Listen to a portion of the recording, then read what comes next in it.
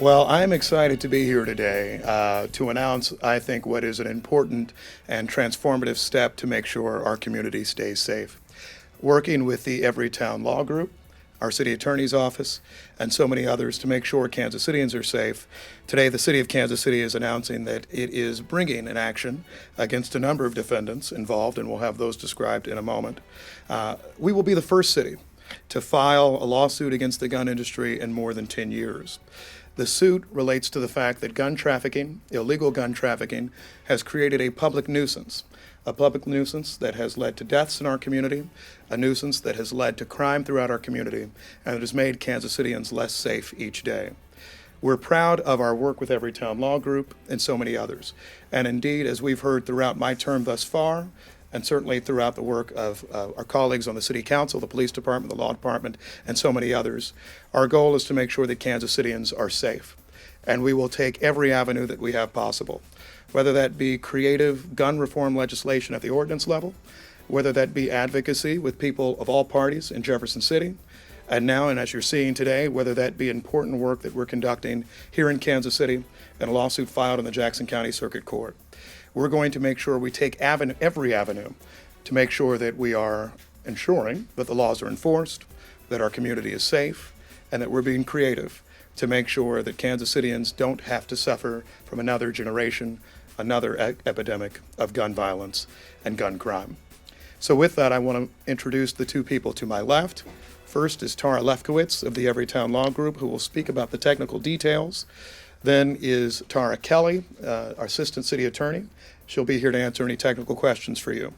We'll have Ms. Lefkowitz explain the fashion of the lawsuit that's been filed today, our defendants, and just how transformative and I think how important this effort is. And then we'll come back to answer any questions for you. So Ms. Lefkowitz.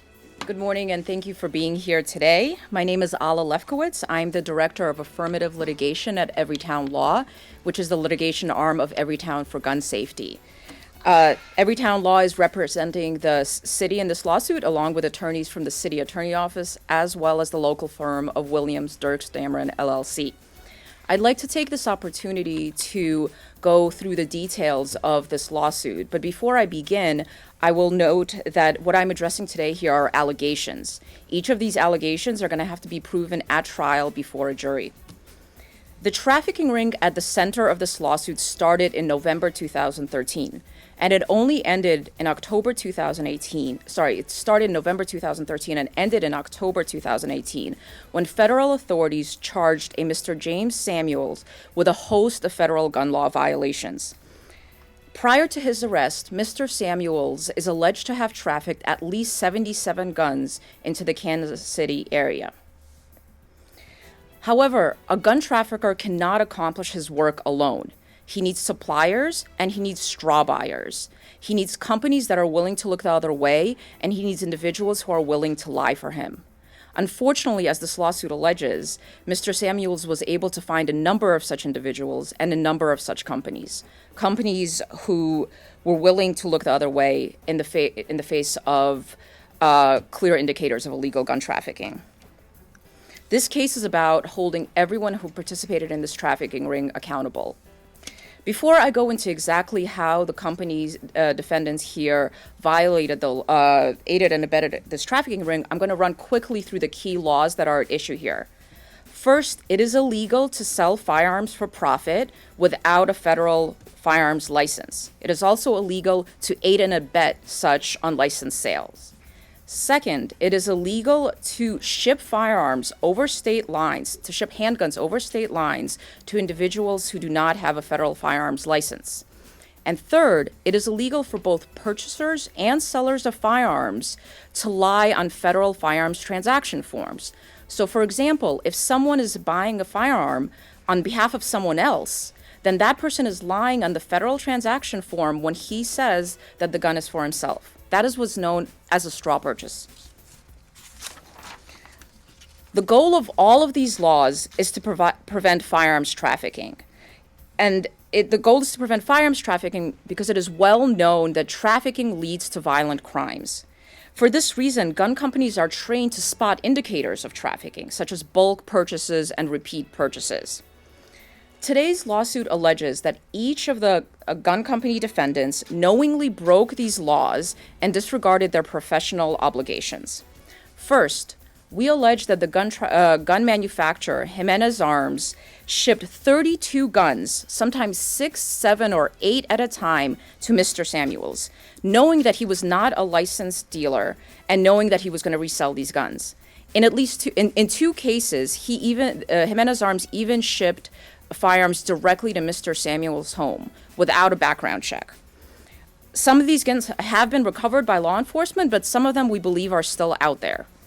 Second, as you could see next to me, we have named 3 local gun dealers that each sold or transferred over a dozen guns in a short time period to Mr. Samuels and his associates. Most of these guns were also Jimenez Arms handguns, and a significant number of them were also bought in bulk purchases. More details about the specifics of each transactions are in the 35-page complaint that we have today. By permitting these sales to take place, the gun company defendants endangered the entire city of Kansas City. The consequences of these sales also required the city to devote valuable resources to emergency responders, to police, to prosecutions, to victim services, etc. For these reasons, the city is seeking a court order to reform the defendants' business practices, as well as corrective action to help track down some of the guns that still may be out there that were sold through the trafficking ring. The city is also seeking financial damages for the costs that the city has incurred as a result of the trafficking ring. We look forward to proving this case at trial, and for now, I will turn things over to the mayor. This was an important step and an important decision that was made both by our city council to proceed with this action. And the reason that we did so was clear. There is a significant problem with illegal gun trafficking in our city. And while a lot of our criminal justice partners certainly try to make sure that they root this out, that they address it, there are a lot of private actors that each day create new threats for the citizens of Kansas City, frankly, for the citizens of our entire region. As you look to the defendants in this case, many are not resident in Kansas City, Missouri. And what we're going to make sure we do is make sure that residents of Kansas City are safe, and frankly, our entire region is safer, based on, I think, the important steps we're taking today.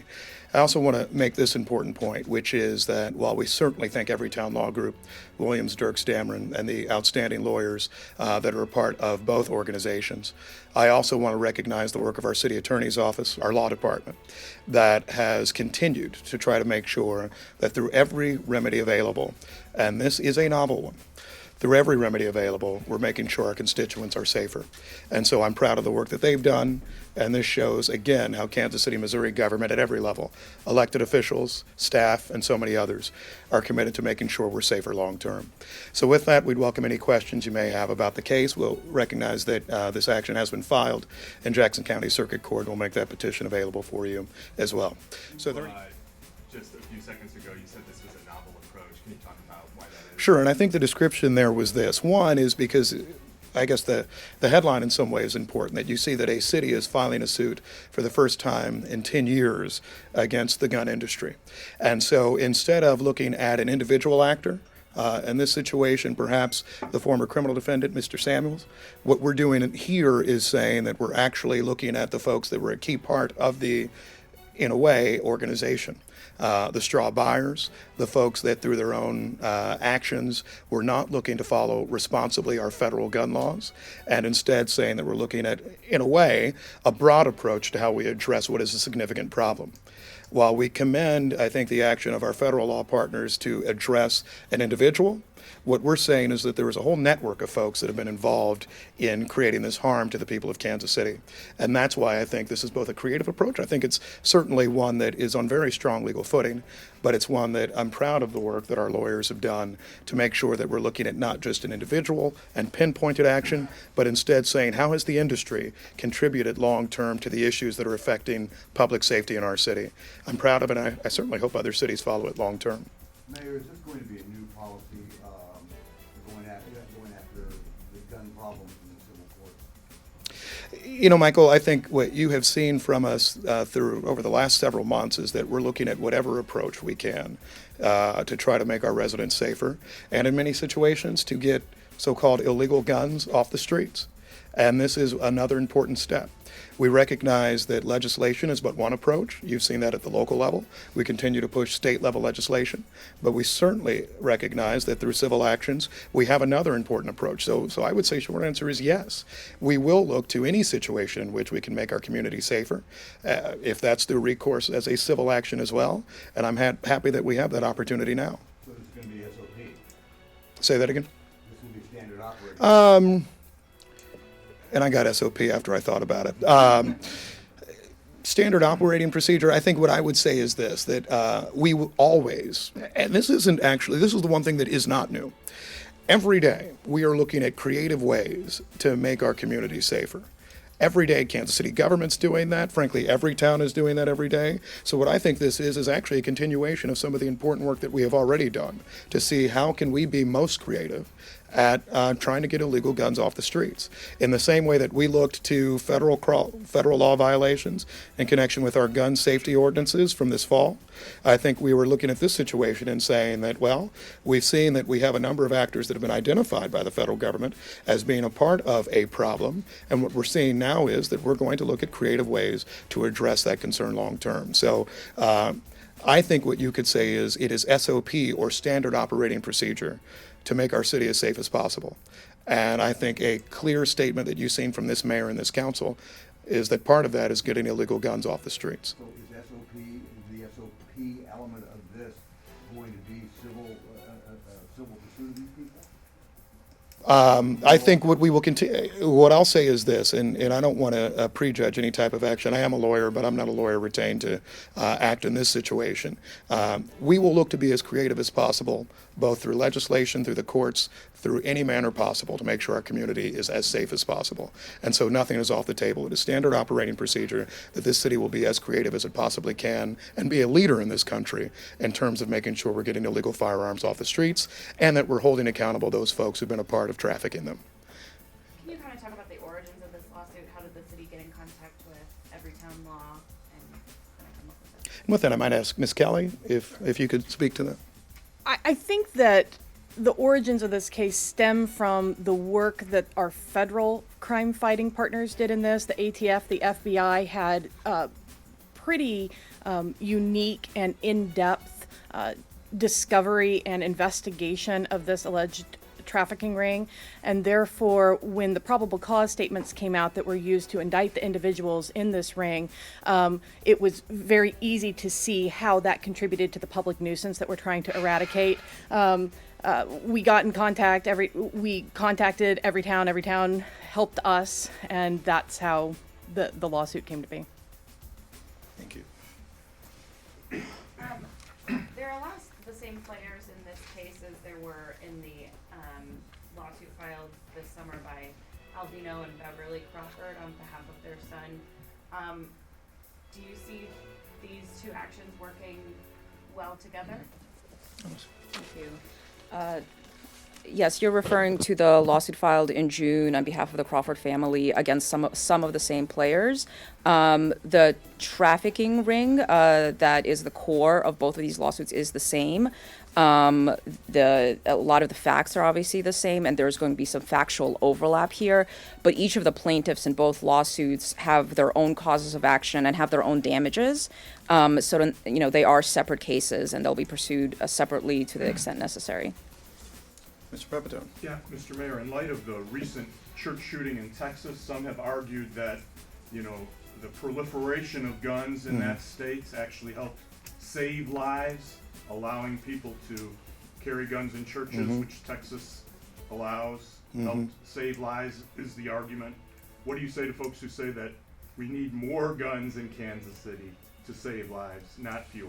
Well, I'll say this, that's not the point of why we're here today, right? Everybody agrees that people who break laws should be held to account and that existing laws should be enforced. And to the extent that those are not followed by actors, then there are harms thereafter. And so what you are seeing in this legislation is that what we are, legislation and this legal action is what we're saying is those that have created a public nuisance in Kansas City by not adhering to federal laws, those that have created public nuisances through their own negligence should be held to account in some way and should have to rectify and reform their practices. Much like we previously said, those who've committed any number of other violations, domestic abuse, for example, should not be able to possess firearms. And so, no, I'm not here to speak to the situation in Texas. I'm not here to speak to any other situation. This is not about the number of firearms. This is about actually following laws and making sure that firearms are not being sold throughout this community and transferred throughout this community illegally. This won't prevent law-abiding citizens from exercising their Second Amendment right. No. Any other questions for you? All right. Seeing none, thank you. No, actually, a couple Yes, of, Michael. The governor put out a one-pager over the weekend saying that I am not wavering in my Sure. support for the Second Amendment, and saying that he's not interested in taking weapons or restricting weapons away from law-abiding citizens, and that seems to be different than the tone that was struck in November when you and other mayors met with him. What I'll say is this, and I won't speak for the governor. I will get the chance to visit with him next week at his State of the State address in Jefferson City. I will once again be meeting with the mayors also in Jefferson City. We remain committed to the approaches that we've taken, which we think are responsible, and we think absolutely respect the Second Amendment. I've studied law. I've shot firearms myself. I understand the Second Amendment. I also understand that there are certain things that you do to forfeit your right to possess firearms.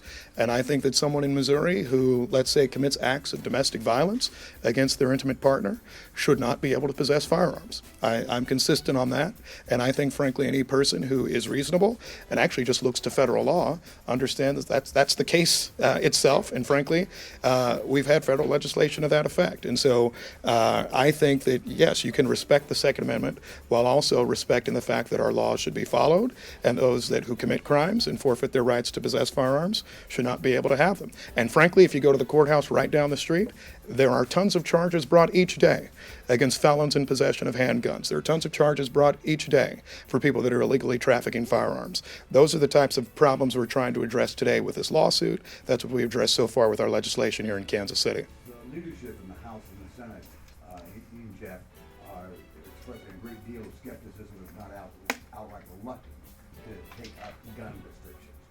Have you talked to the Speaker and the Senate President? I've had conversations with the Speaker of the House previously. I look forward to visiting with more folks in the Senate. There's a senator here in Kansas City, Tony Luetkemeyer, who I've had a chance to talk to about a number of different efforts. I recognize that it may not be easy to explain how commonsensical our legislation and our legislative proposals are, but we'll continue to do it because I think once you actually sit down and think about it, these are very reasonable reforms that really just look to get guns out of the hands of people who have already forfeited their rights by committing acts in many situations of violent crime. And I don't think that there's anyone I'd talk to in Missouri who thinks that somebody who has shown violence, particularly against their loved ones, should be walking around with a firearm today. One place where there does seem to be a marriage here of the leadership's ideas on this and yours is on witness protection. What needs to be strengthened in terms of witness protection? Everything. So in terms of witness protection, we need to make sure there's actually adequate funding, not just for witness protection, which is the classic term, but witness relocation services. In so many situations, what we cannot do necessarily is guarantee protection, i.e. there won't be a law enforcement officer outside of your home, but relocation sometimes is helpful. In Kansas City each day, certainly in Jackson County, over in the city of St. Louis and in St. Louis County, we have lots of crimes where we need witnesses. And we're all recognizing that getting people comfortable about talking is a key part of our crime fighting strategies. And so I think, and certainly we've heard this from the governor, and it's been fairly consistent from the governor and the state legislature, which we all recognize we need to enhance our funding and resources there. And frankly, we need to create better programs. One of those conversations is saying who gets the chance to have access to it. Currently in Missouri, it's prosecutors alone that usually make that designation about witness relocation. In certain situations, it might be more responsible for a police detective to be able to get access to saying someone needs to be protected from day one. Because often when there is some sort of criminal incident, we see that the officers may know who's part of it, they may know who needs protection, and we want to make sure that we're expanding that opportunity for more. So it's both a monetary ask, but it's also one that's looking at how we can actually reform the entire structure. By the way, while you're letting me talk about Missouri law, I continue to believe that we need to enhance our Missouri public defender system. That is something that the city of Kansas City, Missouri continues to support. We need to have more funding for jailing and incarceration, not to build more jails, but to make sure that we're actually humane in our treatment of inmates in the state of Missouri. Those are other things we're working on, and long-term, certainly, mental health, trauma treatment services, particularly for victims of shootings, and there were 480 of them in Kansas City, Missouri last year, is a key focus. All of those, I think, are common sense proposals that are making our community safer, that in my view actually work in connection with what we're talking about today. We are going to take every option. Too many people try to say when we talk about public safety that it's kind of an either or. It's guns off the streets or it is trauma or mental health funding. What we're saying is that you can do it all. You can walk and chew gum. We're a city that's going to be committed to mental health treatment, to addressing long-term trauma, to the public health causes for violent crime, while also making sure we're getting illegal guns off the street, that we're addressing long-term bad actors, frankly, including private actors who have been a part of creating the flood of illegal firearms that are in our city. Thank you all so very much.